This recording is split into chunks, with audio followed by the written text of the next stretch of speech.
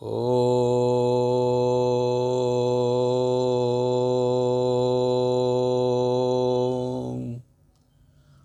ओम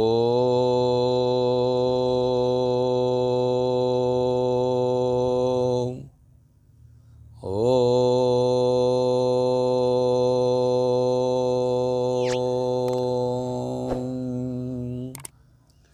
भक्ति भक्त भगवंत गुरु चतुर्नाम बपुएक, इनके पद वंदन किए नासत विघ्न अनेक। आजकल की युवा पीढ़ी, उनसे जब अध्यात्म की बात की जाती है तो वे तर्क तो बहुत दे देते हैं, लेकिन मानने के लिए जल्दी से तैयार नहीं होते। जब उनको कहा जाता है कि आप ऐसे करिए, भक्ति करिए, सत्संग में जाइए और संतों का संग करिए, सुबह उठने की, खाने की, पीने की, इन सारे व्यवहारों में, अपने जीवन के व्यवहारों में कुछ नियमावली से व्यवहार कीजिए, तो वे तर्क देने लग जाते हैं जी कि ऐसा है, हमें तो काम करना होता है, कमाना होता है इधर, और दूसरे कार्यों के लिए जाते हुए हमें और भी मार्केट के लिए भी टाइम स्पेयर करना होता है। तो तर्क तो बहुत दे देते हैं, लेकिन वो मानने के लिए तैयार ही नहीं होते हैं। जब मानने के लिए तैयार नहीं होगा कोई आदमी, तो फिर वो अध्यात्म की बात को कैसे मान जाएगा। तो यही समस्या है आजकल की युवा पीढ़ी के साथ, कि उनको जो कुछ कहा जाता है, सत्संग की बातें जब की जाती हैं तो जल्दी से तैयार नहीं होते हैं। अब उनसे अगर कोई कहे कि भाई तुम सुबह उठ कर के और घूमने जाया करो, या घूमने के बाद फिर जो है अपना नियमावली से सोच वगैरह करके, नहा धो करके थोड़ी सी देर भी अगर भगवान की पूजा को या ध्यान को या जो भजन वगैरह हैं उस करने को, उसमें भी अगर थोड़ा सा भी टाइम वो दे दें तो उनका नियमावली बन जाएगी। लेकिन नहीं, बस वही तर्क पे देगी कि जी हम क्या करें, हमें और भी काम करने होते हैं, हमें ऑनलाइन काम करने हैं, हमें मोबाइल पे काम करना है, हमें ऑफिस में जाना है। खैर सारी बातें सही हैं, अपने जीवन का एक निर्वाह के लिए, कमाई के लिए काम भी करना पड़ता है, जाना भी पड़ता है, लेकिन नियमावली को इस ढंग से एडजस्ट कर सकते हैं हम, इस ढंग से आप अपने आप को जो है ना सेट कर सकते हैं कि जो नियमावली बना करके फिर हम अपने जीवन को इस ढंग से सेट कर सकते हैं कि हमारे सारे काम हो जाएंगे। हम अध्यात्म से भी जुड़ जाएंगे। अध्यात्म से जब तक नहीं जुड़ोगे अपना कल्याण नहीं होगा। अब वे तर्क देने लग जाते हैं जी भगवान कहाँ हैं। जब हम कहते हैं कि वो तो कण कण में है, तो कहने लगा कि फिर क्या मिट्टी में भी है, कि हाँ मिट्टी में भी हैं। तो कहने लगा फिर हमारे अंदर भी है, कि हाँ हमारे अंदर भी हैं। लेकिन क्या है कि कहने लगा मिट्टी में कहाँ है, मिट्टी तो पड़ी हुई है, मिट्टी चलती नहीं है। अब ये फर्ज करो कोई पत्थर है, ये तो चलता ही नहीं है। ये जब उसको ये कहा जाता है कि भाई मिट्टी पत्थर वगैरह जो हैं ये प्रकृति के पदार्थ हैं, और जीव के अंदर जो है ना आत्मा वो काम करती है। तो उनको जब ये तर्क दिया जाता है कि ये कैसे होता है, हमने कहा ऐसा है कि देखो प्रकृति और जीव ये दो पार्ट हैं, इन दोनों में ही भगवान है। जो ये स्थावर जंगम वगैरह है तो मतलब जो है ना कुछ जीव हैं, जीव के अंदर तो आत्मा प्रवेश करके भगवान जो है ना उसको जीव बना देते हैं।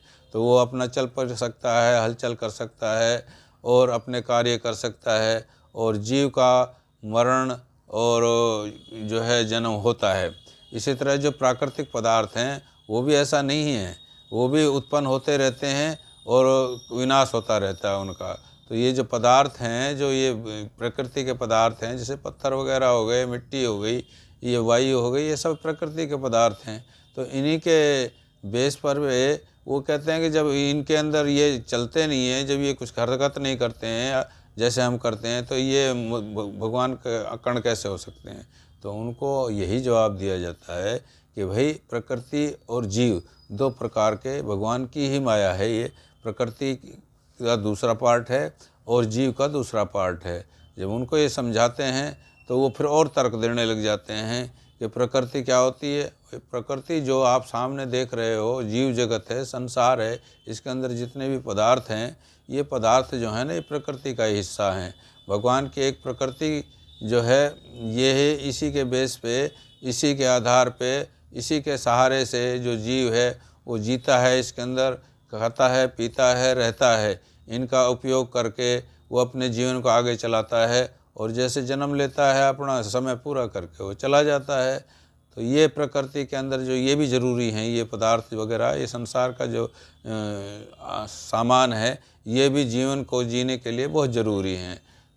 तब वो कहते हैं कि जी ठीक है, आपने कह दिया, हमने मान लिया, लेकिन फिर भी ये है कि जब तक जो है ना इंसान भगवान को याद करने के लिए अपना वो नहीं करेगा, अपने क्या नाम है, अपने आप को भगवान के बराबर नहीं समझेगा, तो मैंने कहा भगवान के बराबर तो तुम हो। भगवान के बराबर भाई, जब आत्मा और परमात्मा, तुम्हारी जो आत्मा है वो परमात्मा का अंश है। परमात्मा का अंश कैसे है ये बताओ। हमने कहा परमात्मा का अंश ऐसे है कि जैसे परमात्मा है, परमात्मा का अंश होने से तुम्हारे अंदर हलचल होती रहती है। जो परमात्मा का अंश होने के बाद परमात्मा जो है वो सबको जानते हैं। तो जो जीव के अंदर जो आत्मा है वो भी जानती तो है, सभी को जानती है, लेकिन कुछ अंश तक जानती है। और जो हमारा हलचल वगैरह है, परमात्मा सभी जगह जो है ना वो देख सकते हैं, सबको देख सकते हैं, सबको जान सकते हैं, लेकिन हमारी कुछ सीमाएं हैं। हम क्योंकि हम अंश हैं, अंश के रूप में हम उतना ही कार्य कर सकते हैं जितना अंश कर सकता है। इसलिए जैसे हमने देखना है, हमारे एक अंदर अंतःकरण की जो है ना देखने की शक्ति होती है, सोचने की शक्ति होती है, और एक जो हमारा शरीर है आँखों से देखने की शक्ति होती है। तो इनमें भी फ़र्क है। तो अंतःकरण का जो सोच है वो हमारा डिपेंड करता है मन के ऊपर। मन, बुद्धि और जो है चित्त, अहंकार, इनके ऊपर डिपेंड करता है। तो भगवान के अंश होने से हम जो है कुछ न कुछ, जो भगवान है सो हम हैं। अहम ब्रह्मास्मि और तत्त्वमसि, इस प्रकार से जो ज्ञानी लोग कहते हैं, उन ज्ञानियों का जो कथन है कि जो भगवान हैं वो ही हम हैं, जो परमात्मा हैं वही हम हैं। और जो भक्ति लोग हैं वो कहते हैं कि वासुदेव सर्वम, तो भगवान ही सब कुछ हैं, वो भगवान ही सब कुछ मान के चलता है। यानी वो शरणागत होकर के वो जो भगवान है उसी को सब कुछ मानता है। और ज्ञानी आदमी जो है वो कहता है कि जो परमात्मा है सो हमें। तो बात एक ही है, किसी भी रूप में ले लीजिए, है तो परमात्मा के अंश ही। तो कहने का तात्पर्य ये है कि युवा पीढ़ी को थोड़ा सा अपना जो सोचने की शक्ति है उसमें बदलाव लाना पड़ेगा, अध्यात्म की ओर जाना पड़ेगा। क्योंकि बहुत सारे जीवन में ऐसे व्यवहार हो जाते हैं, बहुत सारे ऐसी परिस्थितियां आ जाती हैं जब वह बहुत ही नुकसान में होता है या बहुत ही दुखदायी कंडीशन में होता है, तब वह जा कर के सोचता है कि यार अब भी कुछ नहीं, हम डॉक्टर से भी इसका इलाज नहीं हो सका, या किसी और कारण से भी हमने जो कमाने का साधन था हमारा वो बंद हो गया। तो तब वो हार करके तब वो कहता है कि अब भगवान का रास्ता है आखिरी, तो वो भगवान को याद करता है। या तो वो दुख में महसूस करेगा, या फिर उसको अध्यात्म से, संगति से जोड़ दिया जाए तब वो याद करेगा। तो इसलिए जो युवा पीढ़ी है उसको हम यही कहते हैं कि आप अपने आप को अध्यात्म से जोड़िए, ताकि आपका जो व्यवहार है, आपका जो नियम है, इस ढंग से बन जाए कि आप अपना कल्याण कर सकें। ये कल्याण करने के लिए युवा पीढ़ी को हमारी अध्यात्म की जितनी बातें हैं, संतों की जो बातें हैं वो माननी पड़ेगी। जय श्री कृष्ण, जय श्री राधे, जय भगवत गीता, जय गुरुदेव।